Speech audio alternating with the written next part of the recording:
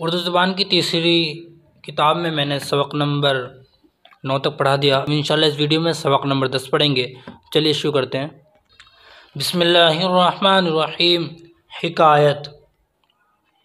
एक घोड़ा और हिरन दोनों एक ही चरागाह में चरा करते थे। किसी बात पर बाहम निफाक हो गया। हिरन ने अपने नुकीले सींगों से मारकर खोपड़े को चरागाह से खारिज कर दिया। अब उसको ये फ़िक्र हुई कि किसी तरह दुश्मन से इंतकाम लीजिए। घोड़े ने सोचा, मैं तन्हा अपने मुखालिफ पर गालिब ना आ सकूँगा, इसलिए इंसान से मदद का तालिब हुआ।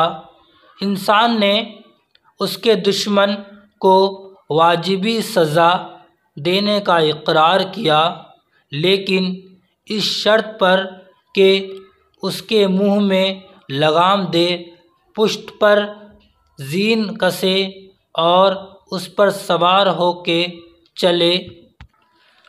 घोड़े के दिल में फितने की आग भड़क रही थी।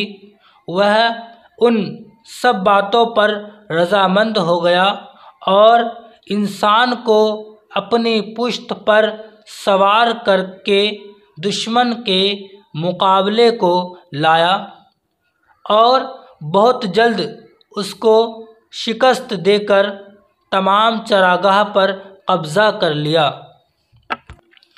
जब इस तरह घोड़े की दिली मुराद बर आई तो उसने इंसान की हिमायत और रफ़ाक़त का बहुत बहुत शुक्रिया अदा करके रुख़सत चाही। इंसान ने उसकी बाग पकड़ ली और कहा, ए रफ़ीक, मैं तेरी खूबियों से महज नावाकिफ़ था। आज तजुर्बा हुआ कि तू ऐसा मुफीद और कारआमद जानवर है। मैं चाहता हूँ कि तुझको अपनी खिदमत में रखूँ और यूँ जंगल में आवारा ना फिरने दूँ।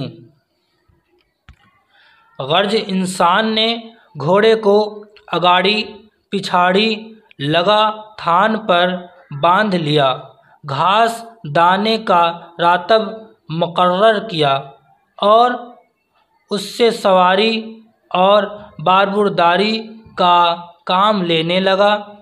उस वक्त घोड़े को मालूम हुआ कि खसूमत और निफाक का नतीजा ये है कि हम दोनों उस ऐश व आज़ादी से महरूम हो गए जो चरागाह में हासिल थी।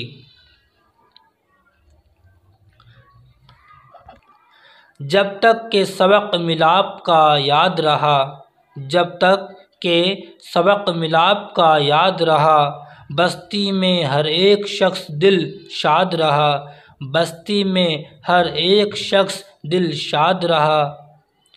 जब रश्क व हसद ने फूट उनमें डाली, जब रश्क हसद ने फूट उनमें डाली, दोनों में से एक भी ना आबाद रहा। अब ये माना देखते हैं। चरागाह। चरागाह मतलब चरने की जगह। बाहम मतलब आपस में। निफाक, निफाक मतलब रंजिश या झगड़ा। खारिज करना यानी निकाल देना। इंतकाम मतलब बदला।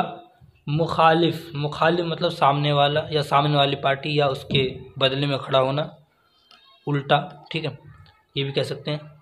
कीना, कीना मतलब बुग़्ज़। रज़ामंद, रज़ा मतलब राज़ी होना, रज़ामंद मतलब राज़ी होना। कब्ज़ा, कब्ज़ा तो जानते हैं कि किस चीज़ पर कब्ज़ा करना। हिमायत, हिमायत मतलब तरफदारी, ठीक है, या हमदर्दी। रफ़ाक़त, रफ़ाक़त मतलब दोस्ती। महज़, महज़ मतलब सिर्फ़ या बिल्कुल। आवारा, आवारा मतलब आज़ाद।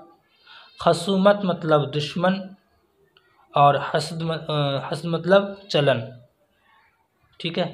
आप याद कर लेंगे यहाँ तक। इंशाल्लाह अगली वीडियो में सबक नंबर 11 पढ़ेंगे।